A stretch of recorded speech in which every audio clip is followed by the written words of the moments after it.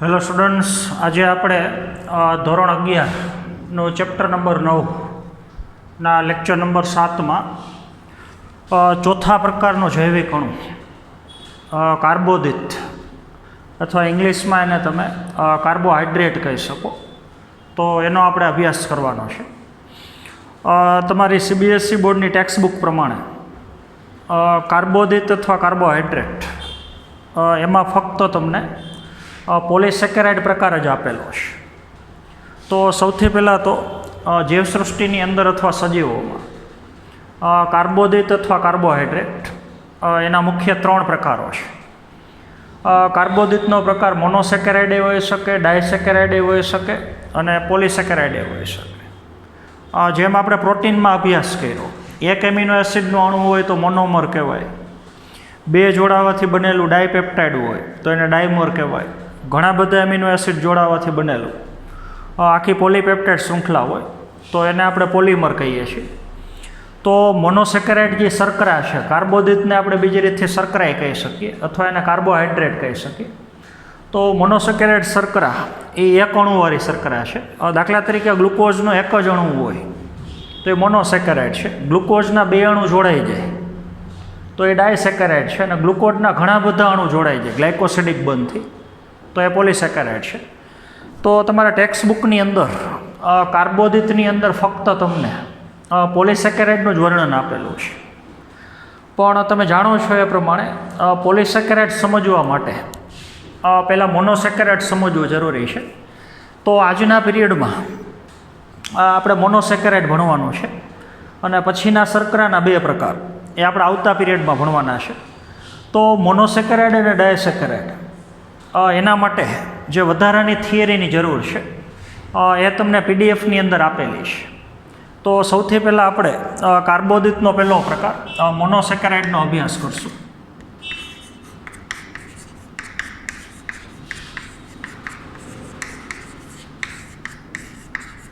તો સૌથી પહેલાં તો મોનોસેકેરાઇડ્સના સામાન્ય ગુણધર્મ લઈએ. સૌથી પહેલાં આપણે કાર્બોદિતના સામાન્ય ગુણધર્મો લઈએ, પછી આપણે મોનોસેકેરાઇડની વાત કરીએ. કાર્બોદિતની આપણે વાત કરીએ. અત્યારે જે ગુણધર્મ આપણે લઈએ છીએ એ ત્રણેયને લાગુ પડે છે: મોનોસેકેરાઇડ, ડાયસેકેરાઇડ અને પોલિસેકેરાઇડ. તો સૌથી પહેલાં તો કાર્બોદિતના બંધારણમાં કાર્બન, હાઇડ્રોજન અને ઓક્સિજન આવેલા છે, લિપિડની જેમ જ. કાર્બોદિતના બંધારણમાં કાર્બન, હાઇડ્રોજન અને ઓક્સિજન છે, જેમાં H અને Oનું પ્રમાણ આપણે લિપિડમાં લીધું હતું કે H અને Oનું પ્રમાણ 2:1 નથી. કાર્બોદિતની અંદર H અને Oનું પ્રમાણ એ 2:1 હોય અથવા ન પણ હોય. મોટાભાગના કાર્બોદિતની અંદર H અને Oનું પ્રમાણ એ 2:1 છે, એટલે ઓક્સિજન કરતાં હાઇડ્રોજનની સંખ્યા બમણી છે અથવા હાઇડ્રોજન કરતાં ઓક્સિજનની સંખ્યા અડધી છે.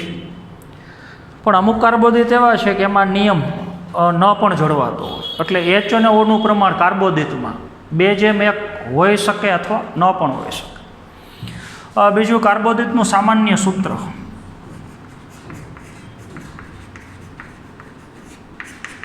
તો CnH2O અને કૌંસની બહાર M છે. આ ત્રણેય કાર્બોદિત માટેનું સામાન્ય સૂત્ર છે, CnH2O M છે. હવે એમાં પણ N અને Mનું મૂલ્ય કાં N = M હોઈ શકે અથવા N = M ન પણ હોઈ શકે. N અને Mનું મૂલ્ય કાં સમાન હોય ને કાં ભિન્ન હોય. મોનોસેકેરાઇડની વાત કરતા હોય આપણે તો N = M એ નિયમ જળવાય છે. પોલિસેકેરાઇડની વાત કરતા હોય તો આ નિયમ જળવાતો નથી. એ હમણાં આપણે ભણશું એટલે એમાં વધારે ખ્યાલ આવશે. તો અમુક આ કાર્બોદિતના સામાન્ય લાક્ષણિકતાઓ છે. કાર્બોદિતમાં કાર્બન, હાઇડ્રોજન, ઓક્સિજન છે. H અને Oનું પ્રમાણ 2:1 હોય અથવા ન પણ હોય. કાર્બોદિતનું સામાન્ય સૂત્ર CnH2O અને આખા કૌંસની બહાર M છે, જ્યાં N અને Mનું મૂલ્ય સમાન હોઈ શકે અથવા ભિન્ન હોઈ શકે. તો એવા કાર્બોદિત હવે 3 પ્રકારના છે, મોનોસેકેરાઇડ, ડાયસેકેરાઇડ અને પોલિસેકેરાઇડ. તો એમાંથી હવે કાર્બોદિતનો પહેલો પ્રકાર આપણે મોનોસેકેરાઇડ લઈએ છીએ. તો સૌથી પહેલાં તો મોનોસેકેરાઇડના અમુક સામાન્ય ગુણધર્મો. તો મોનોસેકેરાઇડ એ કાર્બોદિતનું સૌથી સરળ સ્વરૂપ છે. તો 3 પ્રકારની શર્કરા, મોનોસેકેરાઇડ, ડાયસેકેરાઇડ ને પોલિસેકેરાઇડ. તો આપણને ખબર છે મોનોસેકેરાઇડ એક અણુયુક્ત શર્કરા છે. એક અણુ બરાબર શર્કરાનો એક અણુ છે. ડાયસેકેરાઇડમાં શર્કરાના 2 અણુ છે, પોલિસેકેરાઇડમાં શર્કરાના 2 કરતાં વધારે અણુ છે. તો એક અણુયુક્ત અને રાસાયણિક બંધારણની દ્રષ્ટિએ 3માં સૌથી સરળમાં સરળ સ્વરૂપ, સૌથી શર્કરાનું સરળમાં સરળ સ્વરૂપ એ મોનોસેકેરાઇડ છે. બીજું, મોનોસેકેરાઇડની અંદર હમણાં આપણે વાત કરી એમ HNO નું પ્રમાણ મોટા ભાગે 2:1 છે. HNO નું પ્રમાણ 2:1 છે. તો મોનોસેકેરાઇડનું સામાન્ય સૂત્ર, આખી શર્કરાનું સામાન્ય સૂત્ર CnH2O આખા કૌંસની બારે એમ છે. પણ નિયમ આ છે HNO નું પ્રમાણ 2:1 છે. તો સામાન્ય સૂત્રની અંદર n = m છે. આ નિયમ જળવાય છે. હમણાં આપણે કીધું તેમ n = m હોય અથવા ન પણ હોય. તો HNO નું પ્રમાણ 2:1 છે, જેથી n અને mનું મૂલ્ય એ સરખું છે. જો n અને mનું મૂલ્ય સરખું હોય તો આ જ સૂત્રને તમે બીજી રીતથી આમે લખી શકો,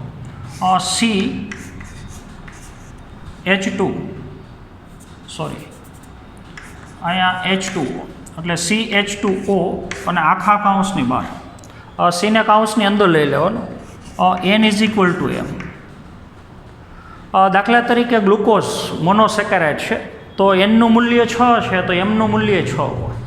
તો n અથવા m બેયનું મૂલ્ય 6 હોય, આપણે અહીંયા મૂકી તો C6H12O6 એ ગ્લુકોઝનું સૂત્ર થશે.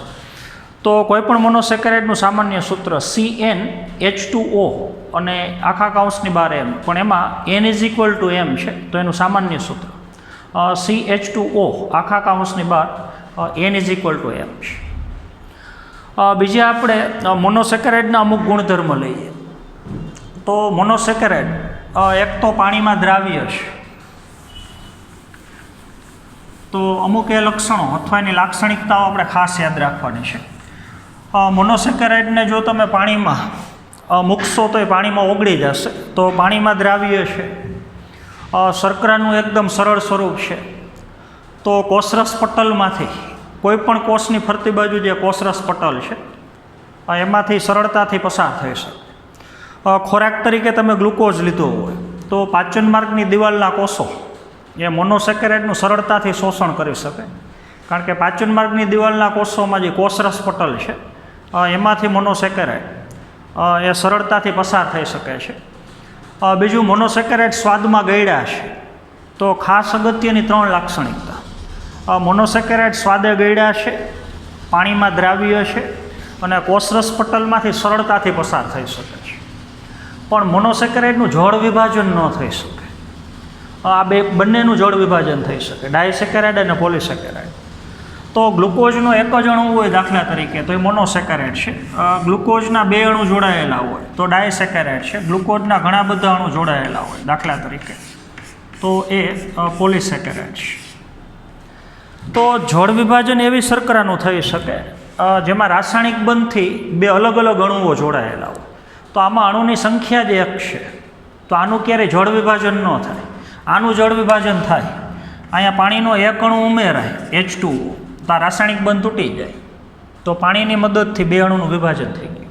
અહીંયા દરેક બંધમાં 1 પાણીનો અણુ ઉમેરાય, તો બધા ગ્લુકોઝના અણુ એકબીજા કરતાં છૂટા થઈ શકે. તો મોનોસેકેરાઇડનું ક્યારેય જળ વિભાજન ન થાય, પણ ડાયસેકેરાઇડ અને પોલિસેકેરાઇડ એનું જળ વિભાજન થઈ શકે. તો આ અમુક પ્રકારની મોનોસેકેરાઇડની આપણે લાક્ષણિકતાઓ ભણ્યા. તો હવે મોનોસેકેરાઇડના પ્રકારો એનો આપણે અભ્યાસ કરવાનો છે. જેમ જીવસૃષ્ટિની અંદર કાર્બોદિત 3 પ્રકારના છે. એમ મોનોસેકેરાઇડ પણ 3 પ્રકારના છે.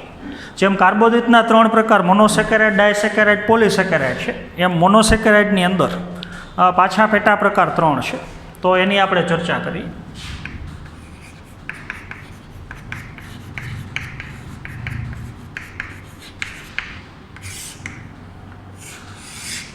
તો કાર્બન પરમાણુની સંખ્યા ઉપરથી મોનોસેકેરાઇડ 3 પ્રકારના છે, એ આપણે ખાસ સમજવાનું છે. તો મોનોસેકેરાઇડનો પહેલો પ્રકાર ટ્રાયોઝ શર્કરા છે. કોઈ પણ મોનોસેકેરાઇડ બરોબર સમજવાનું છે. એમાં દરેક મોનોસેકેરાઇડ પહેલાં તો એક અણુયુક્ત શર્કરા છે. જો એ એક અણુની અંદર કાર્બનની સંખ્યા 3 હોય તો એને તમે ટ્રાયોઝ શર્કરા કહી શકો. તો એનું સૂત્ર C3H6O3 છે. તો H અને O નું પ્રમાણ 2:1 છે. કાર્બનની સંખ્યા 3 છે. કાર્બન છે એટલા ઓક્સિજન છે, અને કાર્બન અને ઓક્સિજન કરતાં હાઇડ્રોજનની સંખ્યા બમણી છે. તો ટ્રાયોઝ શર્કરા C3H6O3. બીજું ટ્રાયોઝ શર્કરાની અંદર પાછા પેટા પ્રકાર 2 છે. ટ્રાયોઝ શર્કરા કાં આલ્ડોઝ પ્રકારની હોય છે અને કાં કીટોઝ પ્રકારની હોય છે. તો એમાંય પાછા પ્રકાર 2 છે. મોનોસેકેરાઇડના પહેલાં તો 3 પ્રકાર છે. ટ્રાયોઝ, બીજો પ્રકાર છે પેન્ટોઝ. પેન્ટોઝ હોય તો કાર્બનની સંખ્યા 5 છે.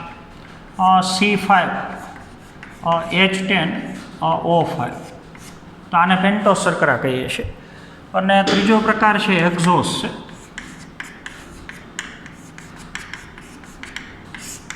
તો C6H12O6, દાખલા તરીકે ગ્લુકોઝનો. તો બહુ સહેલું છે. મોનોસેકેરાઇડના મુખ્ય 3 પ્રકાર એ કાર્બનની સંખ્યા ઉપરથી છે. 3 કાર્બનવાળી હોય તો મોનોસેકેરાઇડ ટ્રાયોઝ છે, 5 કાર્બનવાળી હોય તો પેન્ટોઝ છે, કાર્બનની સંખ્યા 6 હોય તો હેક્ઝોઝ છે. બીજું બધાની અંદર પાછા 2 પ્રકાર છે. પેન્ટોઝ શર્કરા હોય તો એમાંય પાછી આલ્ડોસ અને પ્રકાર આવશે કીટોસ. આમાંય પાછા પ્રકાર છે ઓની જેમ જ આલ્ડોસ અને બીજો પ્રકાર આવશે કીટોસ. તો ભેગું બોલવાનું: આલ્ડો ટ્રાયોસ, કીટો ટ્રાયોસ.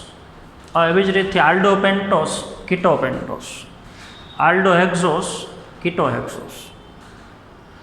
તો મોનોસેકેરાઇડના 3 પ્રકાર છે: ટ્રાયોઝ, પેન્ટોઝ અને હેક્ઝોસ.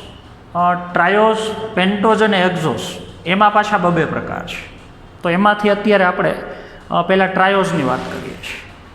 તો જે મોનોસેકેરાઇડમાં કાર્બનની સંખ્યા 3 હોય, એટલે કે C3H6O3, આવું જેનું રાસાયણિક સૂત્ર હોય, એને આપણે ટ્રાયોઝ શર્કરા કહીએ છીએ. પણ એમાં પાછા પેટા પ્રકાર 2 છે: આલ્ડોઝ અને કીટોઝ. તો જે ટ્રાયોઝ શર્કરાના બંધારણમાં આલ્ડીહાઇડ સમૂહ હોય CHO, તો એને આલ્ડોઝ શર્કરા કહેવાય. અને જે ટ્રાયોઝ શર્કરાના બંધારણમાં કીટોન સમૂહ હોય C+O, તો એને કીટોઝ શર્કરા કહેવાય. તો એ આપણે દર્શાવીએ. તો સૌથી પહેલાં તો કાર્બનની સંખ્યા 3 છે, એટલે C3, 3 કાર્બન બતાવીએ આપણે. C3 એમાં પ્રથમ ક્રમનો કાર્બન એ આલ્ડીહાઇડ સમૂહ છે CHO. છેલ્લા ક્રમના કાર્બન ઉપર CH2OH, અને બીજા ક્રમના કાર્બન ઉપર H અને OH. તો આલ્ડોઝ પ્રકારની ટ્રાયોઝ શર્કરા થઈ. તો અત્યારે આપણે જે ઘટક બતાવ્યો છે એ ગ્લિસરાલ્ડીહાઇડ છે.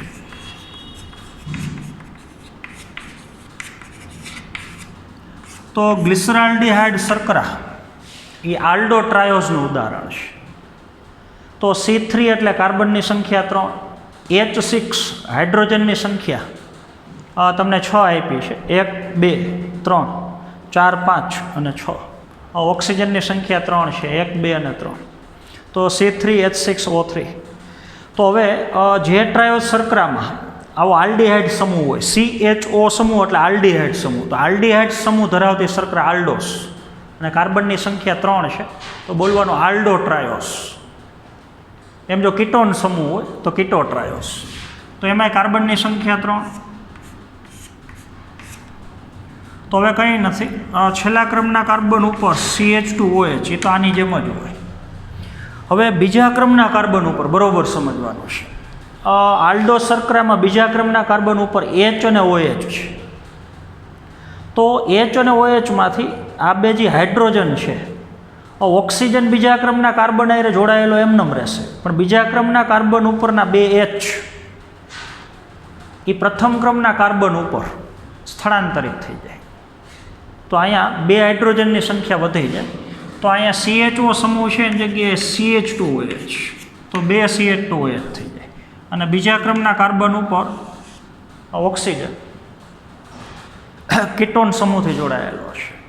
તો બીજા ક્રમના કાર્બન ઉપર અહીં કીટોન સમૂહ છે. અહીંયા દ્વિબંધથી ઓક્સિજન જોડાઈ જાય, કારણ કે કાર્બનની સંયોજકતા 4 છે, ઓક્સિજનની સંયોજકતા 2 છે. તો જો આલ્ડોસ શર્કરાના બરોબર સમજવાનું છે, આલ્ડોસ શર્કરાના બીજા ક્રમના કાર્બન ઉપરથી બે હાઇડ્રોજનનું સ્થળાંતરણ પહેલા ક્રમના કાર્બન ઉપર થઈ જાય તો આલ્ડોસ શર્કરાનું રૂપાંતરણ થઈ જાય કીટોસ શર્કરા. તો ડાયહાઇડ્રોક્સી એસિટોન, ડાયહાઇડ્રોક્સી એસિટોન નામની શર્કરા એ કીટો ટ્રાયોસ શર્કરાનું ઉદાહરણ છે. તો આવા બધા રસાયણો આગળના ચેપ્ટરમાં આપણે ભણવાના છે. અત્યારે ખાલી ફક્ત તમારે શર્કરાના નામ જ યાદ રાખવાના છે. તો હવે મોનોસેકેરાઇડના 3 પ્રકાર છે, ટ્રાયોસ, પેન્ટોસ, હેક્ઝોસ. એમ ટ્રાયોસમાં પાછા 2 પ્રકાર છે. ટ્રાયોસ આલ્ડોસ પ્રકારની હોઈ શકે, આલ્ડીહાઇડ સમૂહ હોય તો આલ્ડોસ, કીટોન સમૂહ હોય તો કીટોસ. તો પેન્ટોસ શર્કરા પાછી 2 પ્રકારની છે, આલ્ડોસ અને કીટોસ. આ બધા એના બંધારણીય સૂત્રો તમને જે PDF આપી છે એની અંદર આપણે આપેલા છે.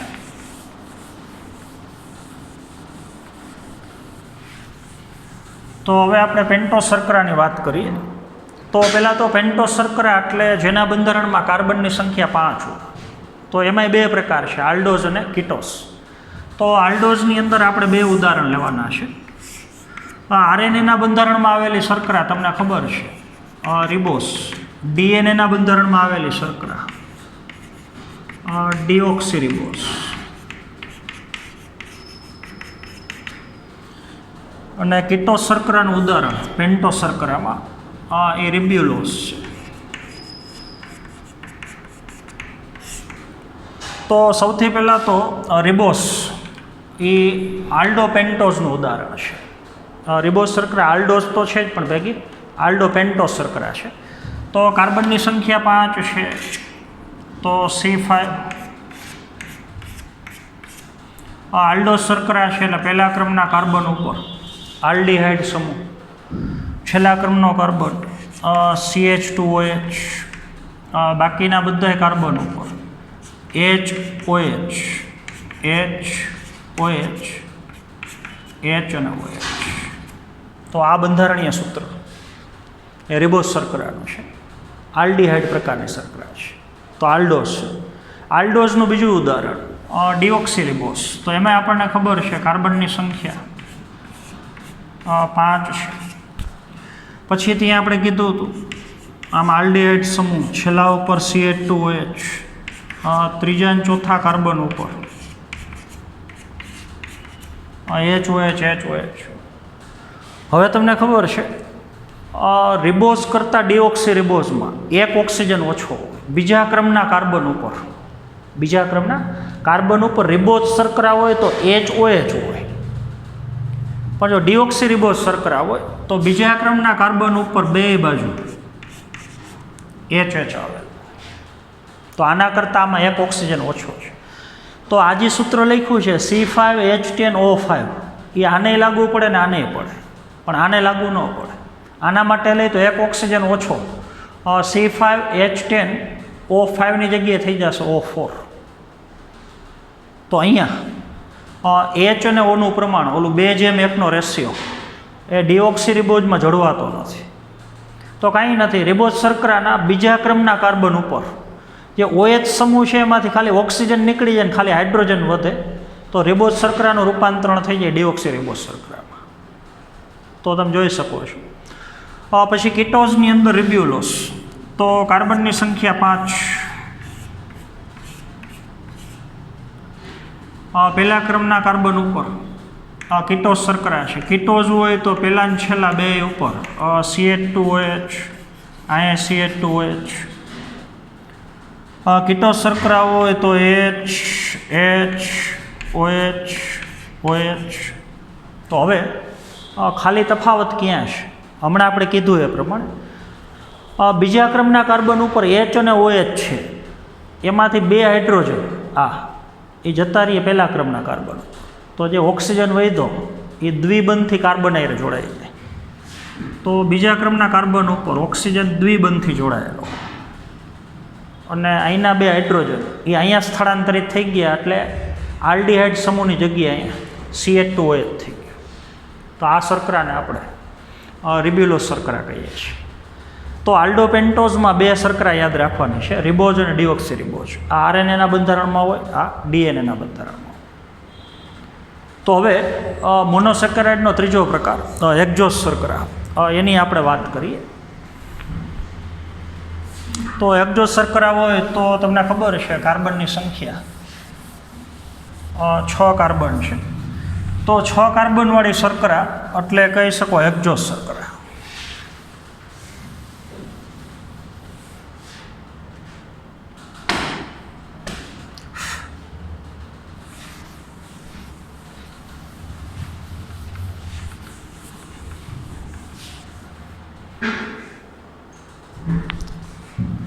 તો મોનોસેકેરાઇડનો ત્રીજો પ્રકાર, પહેલો અને બીજો પ્રકાર પૂરા કર્યા આપણે, ટ્રાયોઝ અને પેન્ટોઝ.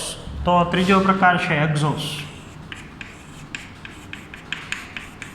હેક્ઝોસ શર્કરા હોય તો CH6H12O6 6 કાર્બનવાળી છે. એમાં હમણાં આપણે વાત કરી એ પ્રમાણે પાછા 2 પ્રકાર છે. આલ્ડોસ, તો આલ્ડો હેક્ઝોસ.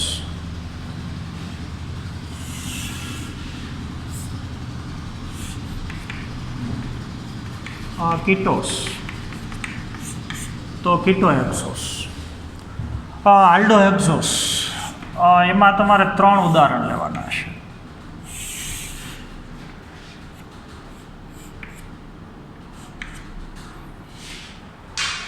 જે હેક્ઝોસ શર્કરામાં 6 કાર્બન હોય અને ભેગો આલ્ડીહાઇડ સમૂહ હોય તેવા 3 ઉદાહરણ લેવાના છે.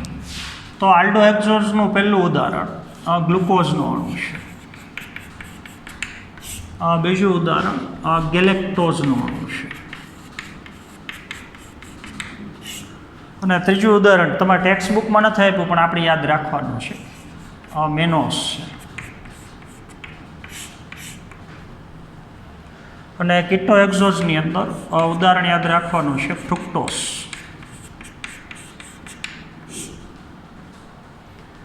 તો ગ્લુકોઝ કાર્બનની સંખ્યા 6 છે, 6 કાર્બન. આલ્ડોસ પ્રકારની શર્કરા છે. પહેલા ક્રમના કાર્બન ઉપર આલ્ડીહાઇડ સમૂહ, છેલ્લા ક્રમના કાર્બન ઉપર CH2OH. હવે બીજા ક્રમના કાર્બન ઉપર HOH, ચોથા ક્રમના કાર્બન ઉપર HOH, પાંચમા ક્રમના કાર્બન ઉપર HOH. હવે જે ત્રીજા ક્રમનો કાર્બન છે એમાં OH સમૂહ આ બાજુ હોય ને H આ બાજુ, એની ખાલી ગોઠવણી ચેન્જ થઈ જાય. તો OH સમૂહ આ બાજુ ત્રીજા ક્રમના કાર્બન ઉપર અને H આ બાજુ, તો થઈ ગયું C6H12O6 હેક્ઝોસ શર્કરા. અને આલ્ડીહાઇડ સમૂહ છે એટલે આલ્ડોસ શર્કરા. ગેલેક્ટોઝની વાત કરીએ તો કાર્બનની સંખ્યા ઓની જેમ જ 6 કાર્બન છે. આલ્ડીહાઇડ શર્કરા છે એટલે CHO, છેલ્લા ક્રમના કાર્બન ઉપર CH2OH, બીજા ક્રમના કાર્બન ઉપર HOH, અહીંયા HOH. અહીંયા ત્રીજા ક્રમના કાર્બન ઉપર બરોબર સમજવાનું છે, HOHની જગ્યાએ OH છે, એમ અહીંયા ત્રીજા અને ચોથા 2 ઉપર એવું હોય. એટલે પહેલાં OH અને સામે આવશે H. આલ્ફા ગોઠવણી અને બીટા ગોઠવણી કહેવાય. એચ પહેલાં ને પછી OH આલ્ફા ગોઠવણી કહેવાય. OH પહેલાં ને H પછી બીટા ગોઠવણી કહેવાય.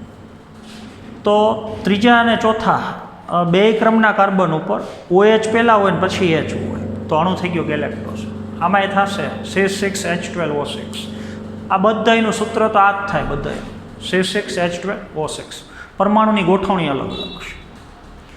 મેનો શર્કરાની વાત કરીએ તો કાર્બનની સંખ્યા 6 છે. તો આલ્ડીહાઇડ શર્કરા છે CHO, અહીંયા CH2OH, H OH OH. બરોબર સમજવાનું છે. ખાલી ત્રીજા ક્રમના કાર્બન ઉપર જ પહેલાં OH હોય ને પછી H હોય તો ગ્લુકોઝ. ત્રીજા અને ચોથા બેમાં એવું હોય, પહેલાં OH હોય અને પછી H હોય તો ગેલેક્ટોઝ. પણ આવું બીજા અને ત્રીજા ક્રમના કાર્બન ઉપર હોય. બીજા અને ત્રીજા એ બેમાં પહેલાં OH અને પછી H. ડાબી જમણી બાજુની ગોઠવણીમાં ફેર હોય તો શર્કરા થઈ ગઈ મેનોસ. ત્યારબાદ ફ્રુક્ટોઝ, ગ્લુકોઝનું જ ખાલી રૂપાંતરિત સ્વરૂપ. તો કાર્બનની સંખ્યા આપણને ખબર છે કીટોઝ શર્કરા છે. તો આપણને ખબર છે કીટોઝ શર્કરા હોય તો પહેલાં ઉપર આલ્ડીહાઇડ સમૂહનો હોય CH2OH, અહીંયા CH2OH. બીજા ક્રમના કાર્બન ઉપર થઈ જાય ડબલ બોન્ડ. તો એકદમ સહેલો છે.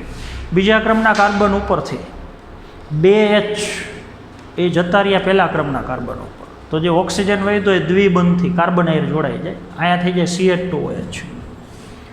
પછી ત્રીજા ક્રમના કાર્બન ઉપર પહેલાં OH અને પછી H, બાકીનું ગ્લુકોઝ જેવું જ OH. તો કીટોઝ શર્કરા થઈ. તો આલ્ડો એક્ઝોઝમાં 3 ઉદાહરણ લીધા અને કીટો એક્ઝોઝમાં એક જ ઉદાહરણ ફ્રુક્ટોઝ. તો આપણને ખબર છે હવે ગ્લુકોઝનો અણુ, ગ્લુકોઝ આપણને શેમાંથી મળે તો એ તમને ઓલરેડી ખબર છે. બટાકા ખાય તો એમાંથી ગ્લુકોઝ મળે, ધાન્ય ખાય તો એમાંથી ગ્લુકોઝ મળે. સ્ટાર્ચવાળો જેટલો ખોરાક છે, ગ્લાયકોજનવાળો જેટલો ખોરાક છે એ બધા એમાં ગ્લુકોઝ હોય. ગેલેક્ટોઝ એ આપણને દૂધમાંથી મળે, દૂધની શર્કરા એટલે ગેલેક્ટોઝ. મેનોસ એ શર્કરાનું થોડું રૂપાંતરિત સ્વરૂપ છે એટલે મોટાભાગે ખોરાકના સ્ત્રોત તરીકેનો. ફ્રુક્ટોઝ આપણને ખબર છે ફળોના રસમાંથી મળે. સૌથી વધુમાં વધુ ગયડામાં ગયડી શર્કરા હોય તો એ મોટાભાગે ફ્રુક્ટોઝ છે. તો ફ્રુક્ટોઝ આપણને ફળોના રસમાંથી મળે છે, ગેલેક્ટોઝ દૂધમાંથી મળે છે. ધાન્ય પ્રકારના ને બધા ખોરાક હોય એમાંથી આપણને ગ્લુકોઝ મળે છે. બીજું જે ગેલેક્ટોઝ છે એને તમે ગેલેક્ટોઝનો અણુ તો એને તમે બ્રેન શુગર એ કહીશું. આપણા મગજની અંદર જે ચેતાકોષોની બધું છે તો એમાં શક્તિના સ્ત્રોત તરીકે સૌથી વધુમાં વધુ ગેલેક્ટોઝ એ મગજના ચેતાકોષો એની અંદર જોવા મળે છે તો એને બ્રેન શુગર કહી શકો. આ શેરડીના રસમાંથી મળે આપણને તો એને કેન શુગર એ કહી શકો. તો આ શર્કરાના અમુક આપણે સામાન્ય ગુણધર્મો લીધા. તો મોનોસેકેરાઇડની સામાન્ય માહિતી પૂરી થઈ ગઈ. બીજી એક અગત્યની વસ્તુ આ બરાબર સમજવાનું છે. તમારા ટેક્સ્ટ બુકમાં ટોપિક નથી આપેલો પણ આપણે સમજવાનું છે. તો હેક્ઝોઝ પ્રકારની જે મોનોસેકેરાઇડ આપણે બતાવી છે એ મોનોસેકેરાઇડના અમુક વ્યુત્પન્નો આના રાસાયણિક બંધારણમાં ફેરફાર થઈ. દાખલા તરીકે ગ્લુકોઝ તો છે જ પણ એના રાસાયણિક બંધારણમાં થોડોક ફેરફાર થઈ જાય તો એનું રૂપાંતરણ અન્ય શર્કરામાં થઈ જાય, તો એનું નામ ચેન્જ થઈ જાય. તો એવા મોનોસેકેરાઇડના જે વ્યુત્પન્નો છે, મોનોસેકેરાઇડના રાસાયણિક બંધારણમાં ફેરફાર થઈ અને એમાંથી બનેલા જે કાર્બનિક સંયોજનો છે એની આપણે ખાસ વાત કરવાની છે. તો 3 પ્રકારના કાર્બનિક સંયોજનો. એક આવશે શર્કરા આલ્કોહોલ. શર્કરા આલ્કોહોલ. તો શર્કરા તો છે જ પણ એમાં OH સમૂહ ઉમેરાય છે તો થઈ જાય શર્કરા આલ્કોહોલ.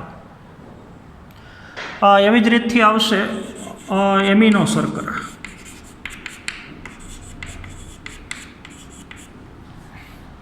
એવી જ રીતથી આવશે એસિડ શર્કરા. તો 3 ની વ્યાખ્યા આપણે ઉદાહરણ સાથે લઈએ તો 3 પ્રકારની જે શર્કરા છે, શર્કરા આલ્કોહોલ, એમિનો શર્કરા અને એસિડ શર્કરા, એ જે એક્ઝોસ પ્રકારની મોનોસેકેરાઇડ છે એના રૂપાંતરિત સ્વરૂપો છે. દાખલા તરીકે શર્કરા આલ્કોહોલની વાત કરીએ, શર્કરા આલ્કોહોલ તો એકદમ સહેલું છે, બહુ એટલે બહુ સહેલું છે.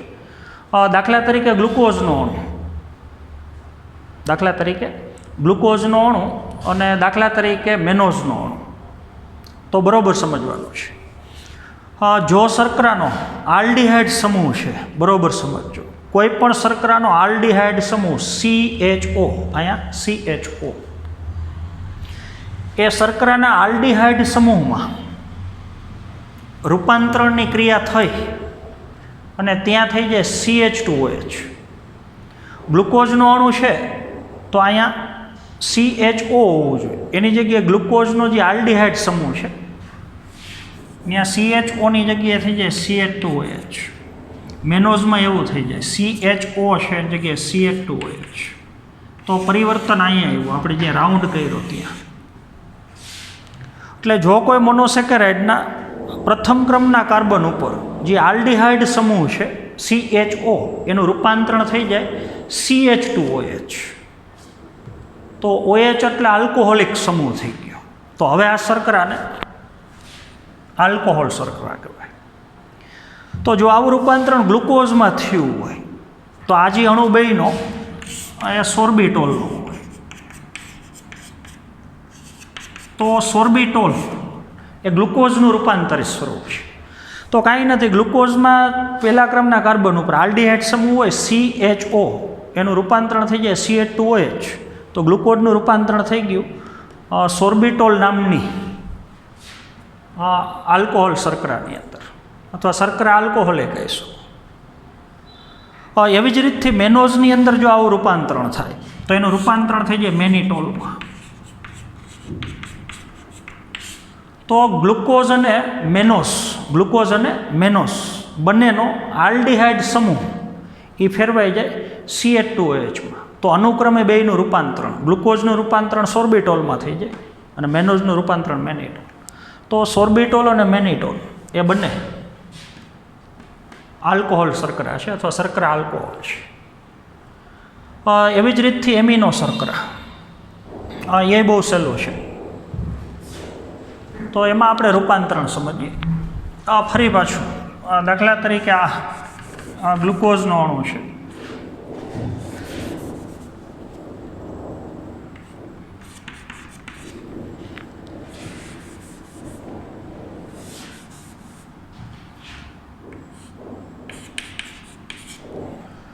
હવે આ બંને માટે જોવાનું છે, એમિનો શર્કરા સમજવા માટે. તો કાંઈ નથી, ગ્લુકોઝ અને ગેલેક્ટોઝ અથવા હેક્ઝોસ શર્કરા એના બીજા ક્રમના કાર્બન ઉપર, બેયમાં બીજા ક્રમના કાર્બન ઉપર, બરોબર સમજો, બેયના બીજા ક્રમના કાર્બન ઉપર જે OH છે એ નીકળી જાય.